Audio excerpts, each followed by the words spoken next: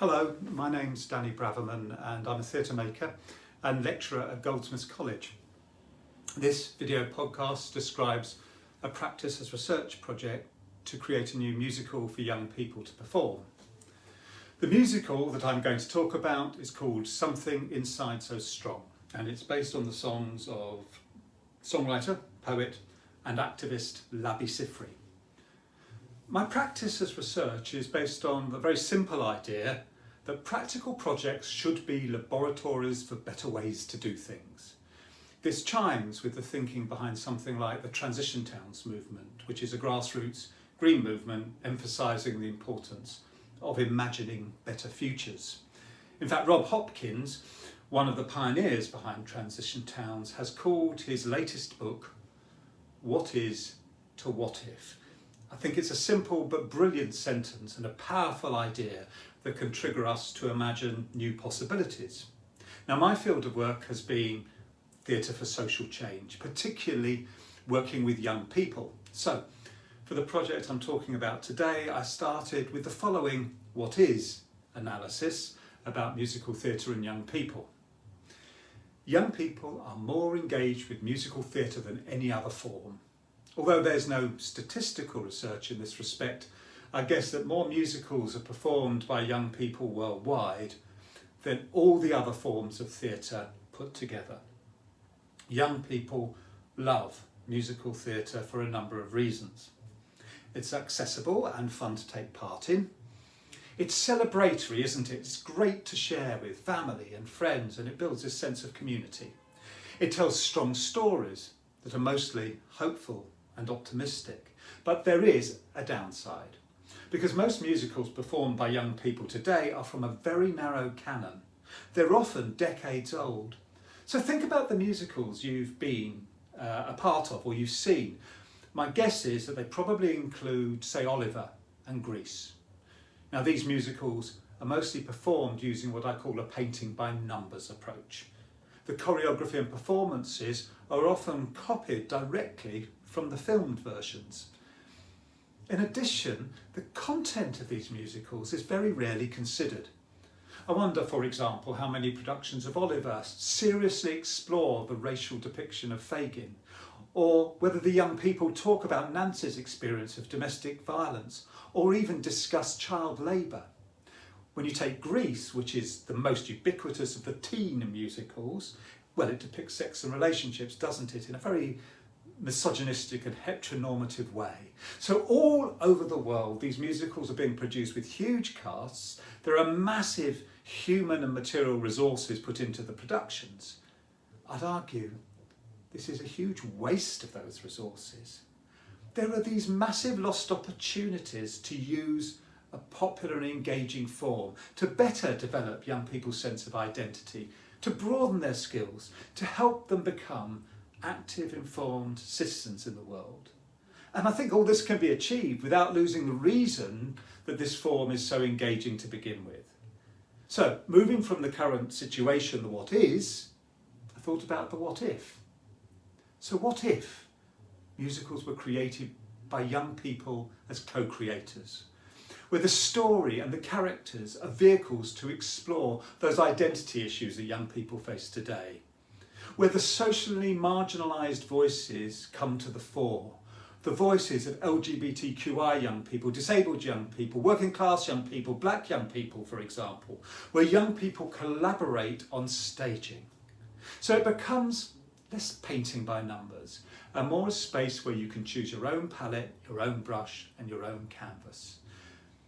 So exploring this what is to what if gave birth to the project Something Inside So Strong.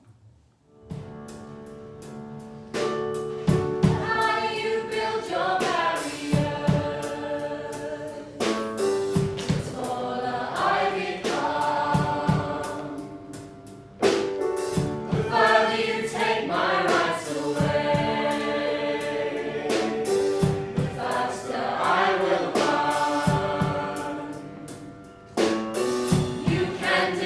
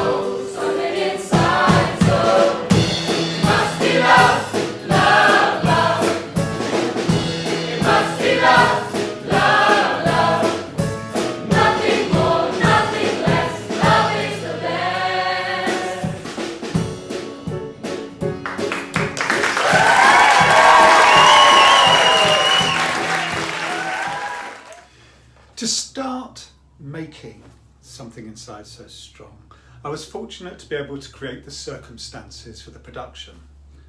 Most of all, Labi Siffre granted me the rights to use his songs for this experiment.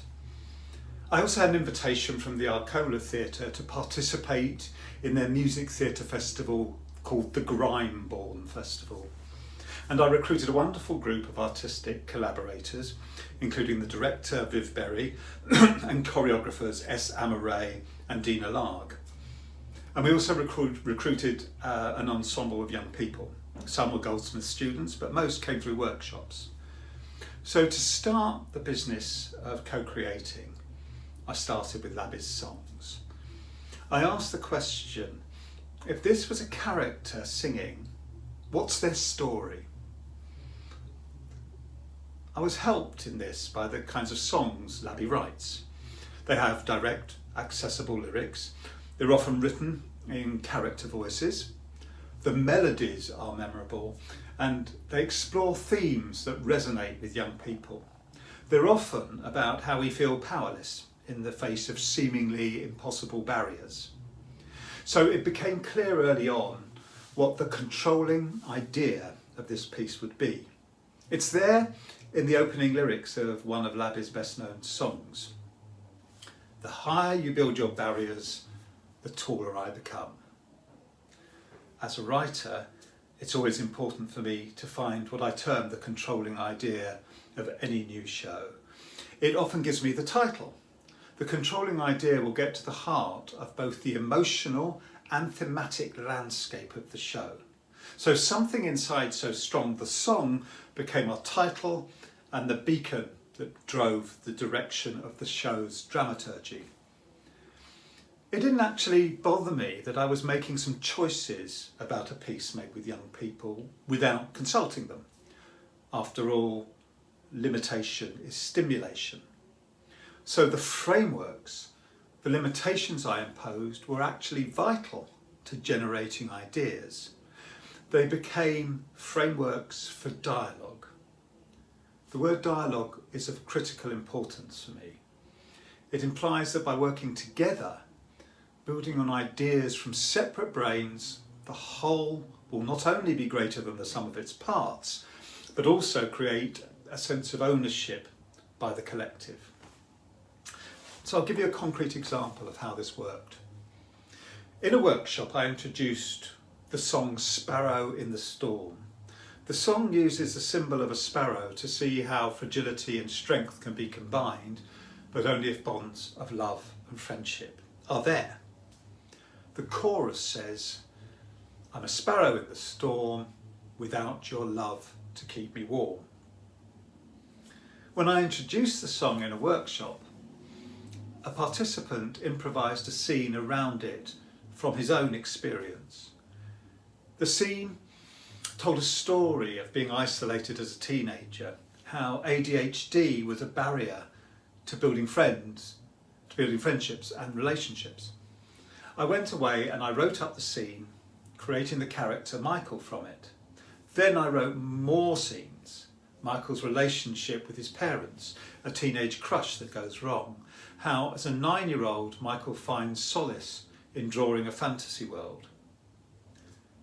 I presented the scenes back to the group and I was nervous. What if they didn't like them? What if I was just presenting back a world tainted by my own very different experiences? After the ensemble read back the scenes, the 14-year-old actor who had created Michael said, it's really special to me, and the fact that I'm playing a part that's it's really close to me. It's ADHD, loves to draw, easily distracted, bullied as a kid, and so to be able to express myself quite literally on stage is something which not many people get to do very often. The big theme of it. The dialogue had created something that worked. It wouldn't have been possible without co-creation. This process of writing continued until the script was complete, in its first draft at least. I was further guided in the writing by other dramaturgical methods. I used a framework that I've been developing for a number of years, and I called this Dialogue Across Difference. Simply put, the Dialogue Across Difference framework thinks about how to design a show for the best audience experience, the best audience response. For me, most of all, I want audience to have what I very grandly term a spiritual experience. I can't think of a better term for this, although spiritual can appear kind of a woolly term. I'm always looking for performance that is transcendent, memorable and hopeful. If you think about it, live performance shouldn't it, rise above our everyday disposable cultural experiences. We live in this age where we're surrounded by culture, by social media, by a box set, by streams of advertising. There's a perpetual onslaught on our senses. But there's something very special and different, I think, about live performance. Uniquely, it can create a sense of community. The communities we form in performance are, of course, temporary. We create what the theatre anthropologist Victor Turner would call communitas. And through communitas, we become stronger as a collective. Now, perhaps if we had a stronger community performance culture, then we would develop a kind of community resilience, an antidote to our individualistic culture. From what is to what if. For me, there are three key elements to building this spiritual experience in performance. Firstly, we need to create strong social bonds in our audience. Next, we need an educational element. By that I mean real education, not the kind that's sometimes found in educational establishments. If an audience think they're in the presence of something called education, it can be an instant turn-off. So instead, I'm interested in education that develops our sense of self and helps us to better understand the world around us. And lastly, we also need strong and appropriate emotional journeys. This is the glue, isn't it, that sticks any audience together. It's worth noting here that songs in shows do these three jobs very well. The social bonding, the education, the themes, and the emotional. The other strong element that guided the writing was thinking about intersectionality. Intersectionality, as you may know, is a word coined by the scholar Kimberly Crenshaw to describe the way that social injustices combine. Originally, it was used by Crenshaw to discuss the specific injustices experienced by black women. Labi Siffre himself describes his own intersectionality as a gay black man in an essay he wrote, and in putting himself distant from Labi the child, he says he was 13 years old and had known for some time that he needed a man to love, who would love him and hold him and make him feel safe. He was 13 years old, but he didn't know yet that he was black.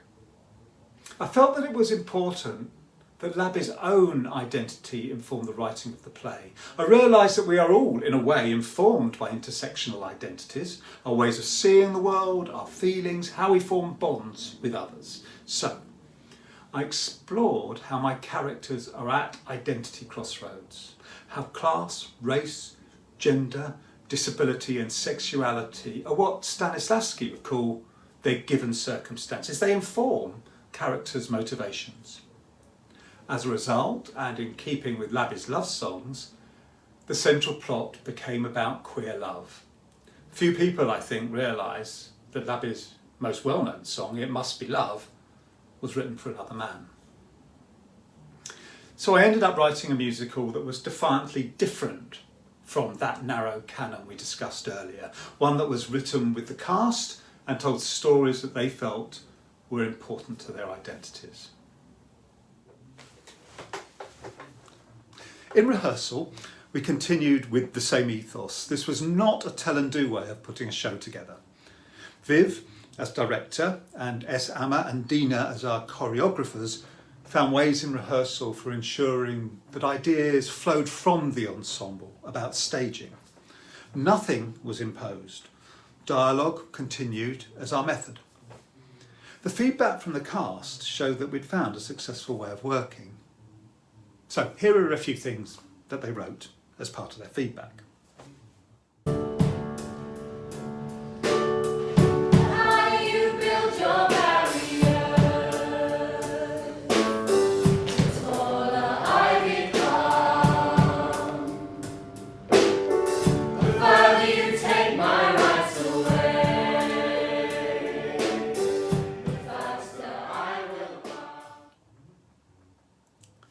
Another question Rob Hopkins poses is this: from what if to what next? The show needed further rewrites, and working with a group of students tightened the script further. However, 2 separate schools pulled productions at the last minute. It seems they weren't ready for a radical musical. Perhaps we will find a school brave enough to put it on. It's a challenge for many. The story ends with a queer kiss, after all. However, there are growing examples of LGBTQI awareness in our school system. I remain hopeful of seeing it one day in a school hall, with an audience of cheering parents, friends and teachers, and a cast that has had an experience that will last their lives. The Arcola cast suggested that the show could be rewritten for a smaller professional cast and performed to young people. So I'm working on that idea now. The history of musical theatre contains a number of widely performed shows that started out designed for and with young people. Blood Brothers, Joseph and Bugsy Malone all come to mind immediately. So why not Something Inside So Strong?